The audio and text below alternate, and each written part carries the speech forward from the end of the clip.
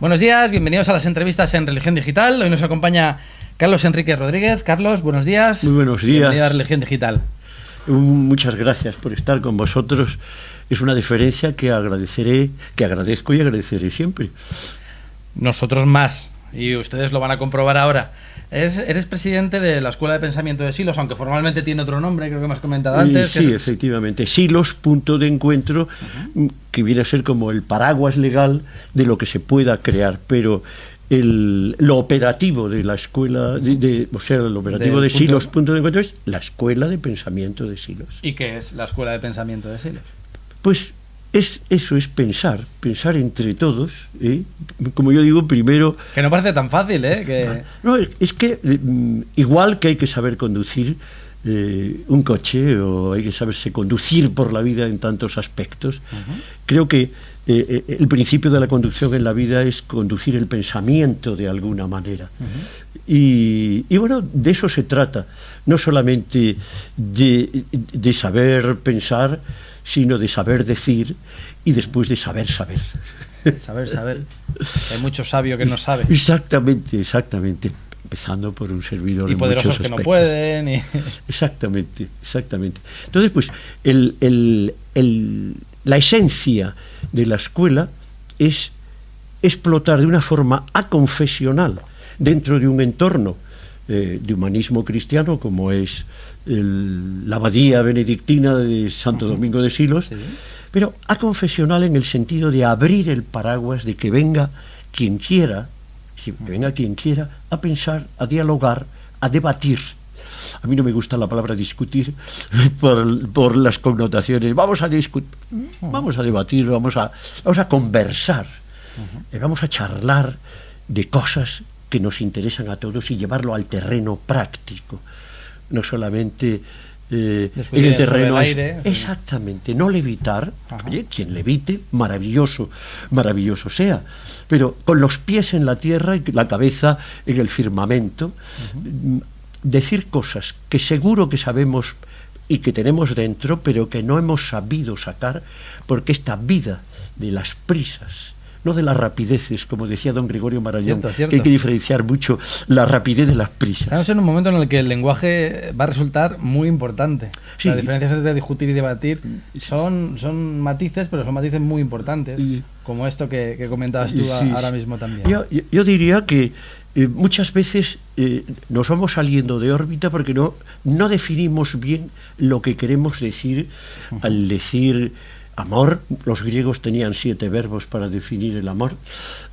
Libertad animal, libertad humana. Es decir, ir acotando conceptos que muchas veces están en plan abstracto y que tal vez por carencia de liderazgos o de maestros se van difuminando y perdiendo como un fuego artificial. ¿Quiénes formáis parte de la Escuela de Silos y qué vinculación, aunque me dices que es un ente confesional, qué vinculación hay con la abadía? Nosotros, por supuesto, independientes. La idea nuestra fue eso, es decir, no vamos a hacer indoctrinamientos, vamos a hablar en un ambiente cristiano, obviamente, pero abierto a cualquier persona que quiera debatir o que quiera curiosear. Hay de aquel que haya perdido la curiosidad. ¿Qué es lo que se hace en un monasterio, en un claustro, en convivir por unos momentos o unos días, como se puede hacer, con unos monjes que se dedican a pensar ora et labora, y que su lema es pax? Qué bonito, qué extraordinario. Entonces, pues, Silos, punto de encuentro, Escuela de Pensamiento de Silos, institución aconfesional que, sin salirse de lo que el padre abad dicte, la palabra dictar tampoco me gusta mucho, sugiera los parámetros de las reglas del juego. Exactamente. Nosotros hablamos libremente de todo aquello que esté dentro de ética, moral, conciencia, 3 reglas fundamentales para desarrollar este concepto de humanismo, humanitarismo, que son el humanismo es el que va a ocasionar ese otro concepto de humanitarismo, de darse a los demás y que los demás te den algo a ti. Esta semana, el día 6 creo que es, arranca el 9º Encuentro Internacional de Silos, que está centrado en la figura del Papa Francisco. Antes de hablar del 9º, coméntame, aunque sea brevemente, cómo han ido discurriendo, qué temas y qué personajes han participado en los 8 anteriores. Bueno, hemos hecho desde hablar de antropología, como por ejemplo, una de las personas más importantes de antropólogos de Burgos, el director del Museo de Burgos, uno de los líderes de Atapuerca, exactamente, nos adornó con una preciosa conferencia. Hemos hablado de, una de las últimas veces, de tratar de encontrar una convergencia entre todas las religiones y todos los no religiosos, creyentes y no creyentes, que buscan un porqué de buen comportamiento. Esa ética mundial de la que habla, entre otros, Hanskin. Ética mundial, al fin y al cabo, que por el hilo se saca al ovillo, como digo yo. Cierto. Muchas veces nos perdemos buscando a un Dios, levantamos los ojos casi siempre, cuando en realidad tenemos que concentrarnos, porque de existir Dios, en el fondo del que corazón, muy probablemente exista, está dentro de nosotros, dentro de nosotros. Efectivamente, y entonces pues hemos hecho una reunión de las últimas, invitando al Islam, a los israelitas, a los judíos, a los panteístas, y nosotros, para hablar un poco de, vamos a concretar algo sobre comportamiento humano, que es lo más sencillo y lo que podríamos decir donde poner los pies para luego trascender a algo que inicialmente los que no, siempre digo, los que no tienen fe, la fe es un atajo, entonces nos levantamos y nos vamos. Creo en Dios. Buenas tardes, señores. Y hemos terminado. Bueno, pero yo con alguna persona muy importante religiosa le pregunté: padre, ¿cuándo ha dudado usted por última vez? Y a bote pronto me dijo: la semana pasada. Es decir, todo aquel que piensa muchas veces tiene sus va y ven, tiene sus cambios de rasante y sus vadenes en tantos aspectos. Y cómo no, en esto de la trascendencia de la metafísica, de ver un poco más allá de la punta de la nariz. Es así. Y bueno, pues se ha ido desarrollando. Antes me preguntaste, yo siempre he dicho que un presidente sin un equipo es nada.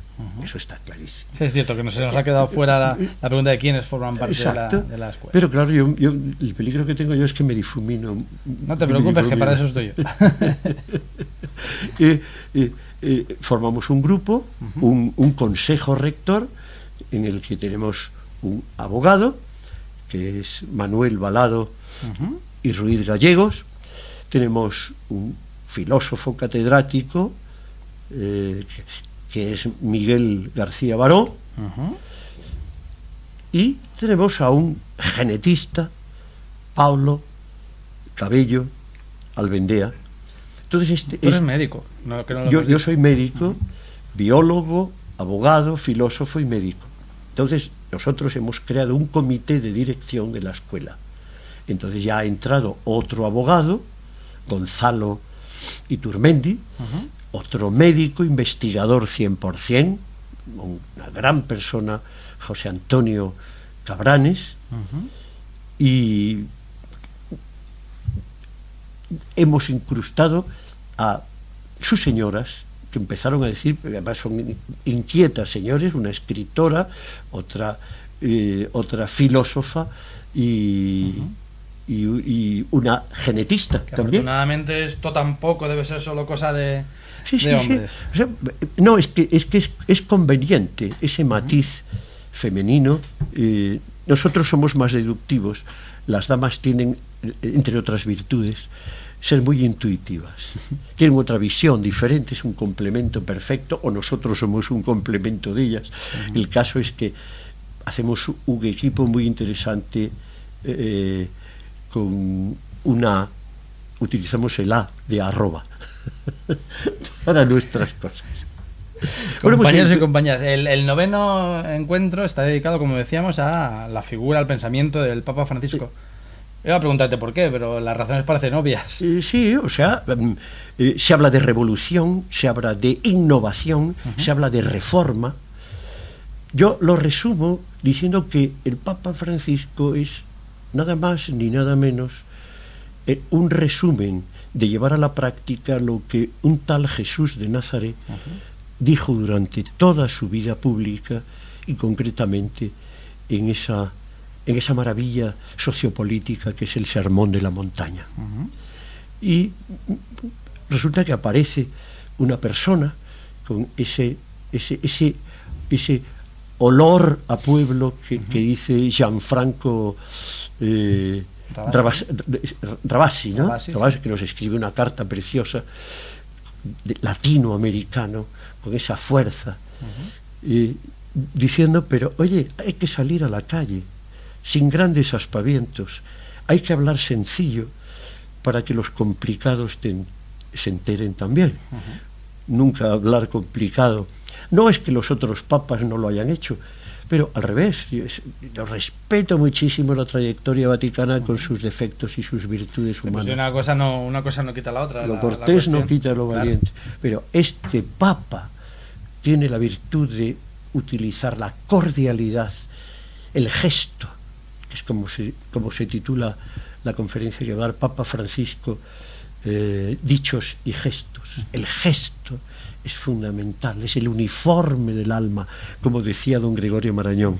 Y no solo son gestos, el gesto significa, estábamos hablando al principio de los significados de las palabras y de los hechos. Los gestos no significan solo una cosa de imagen, una no es una mueca de la cara, es el principio de la actitud. Una actitud. Exacto.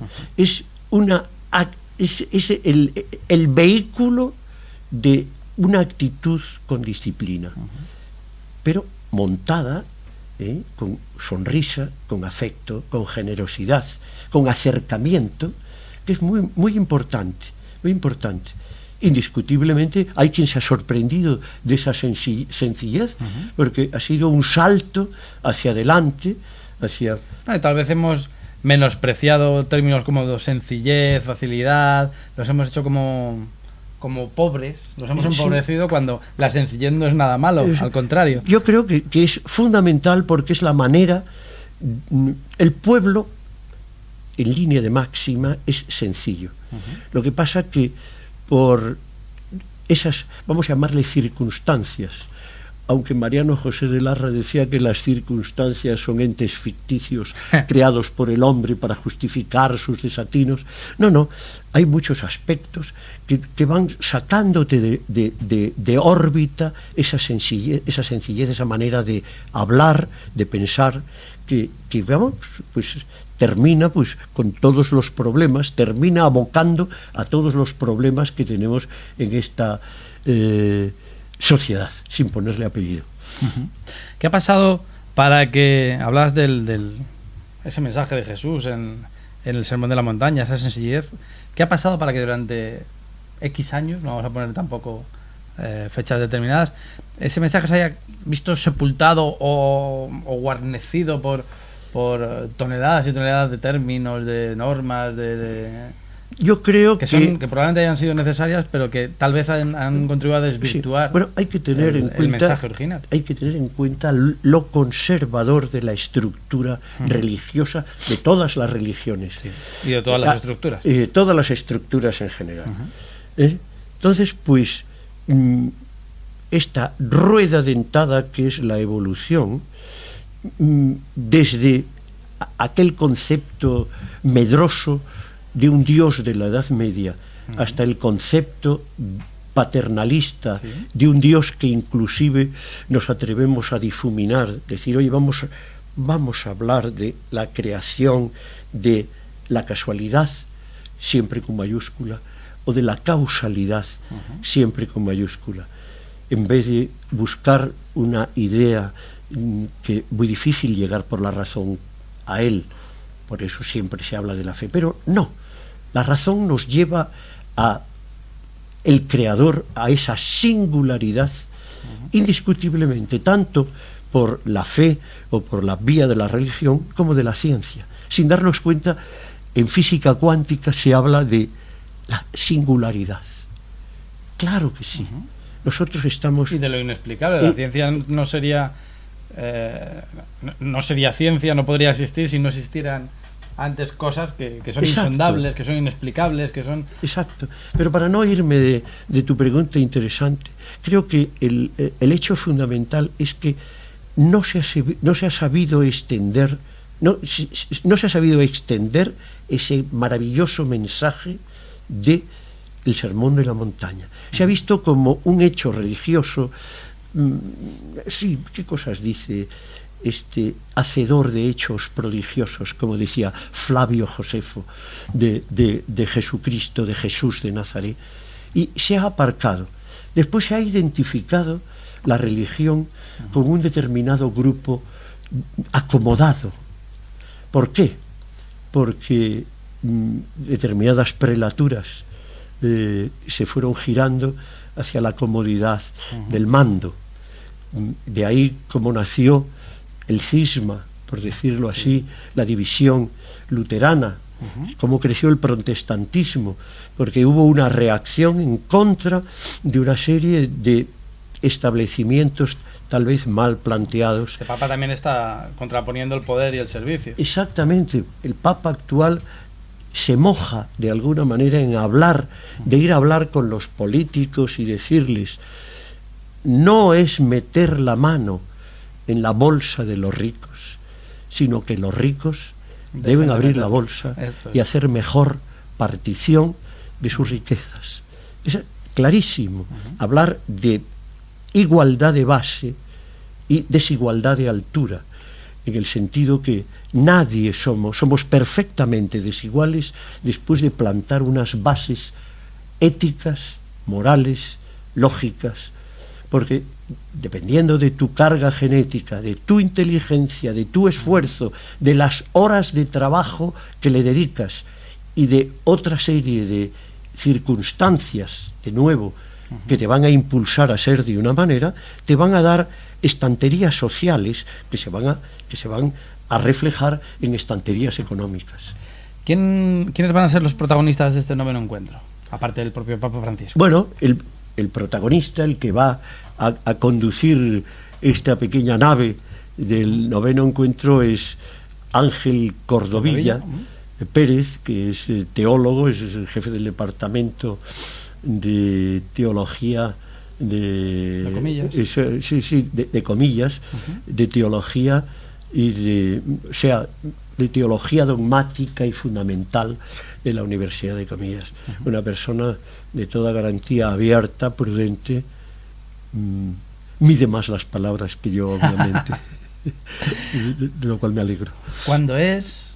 Es el 6 de junio a las 11 de la mañana, en que después tendremos un ágape maravilloso, con alguna sorpresa incluida.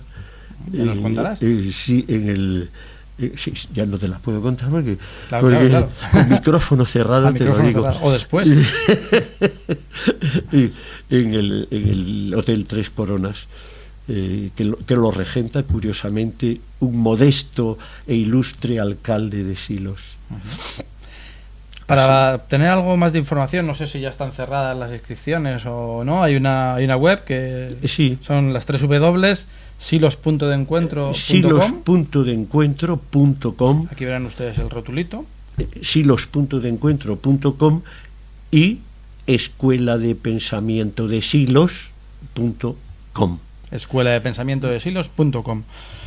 Carlos, pues muchísimas gracias. Esperamos que a partir del día 6, una vez concluido el encuentro, puedas venir aquí a contarnos encantadísimo cómo se ha desarrollado y cualquiera de mis colaboradores. Y qué bien se vive, qué bien se debe vivir, aunque solo sea de visita, para los que no somos célibes, en la abadía de Silos. Bueno, fantástico, de verdad. La bahía de Silos. La bahía. En la bahía de Silos. Fíjate tú, eso de abadías, ahora se me acaba de ocurrir, es maravillosamente una bahía que te abre una visión a un mar con un horizonte que depende de ti a donde quieras llegar. Extraordinario.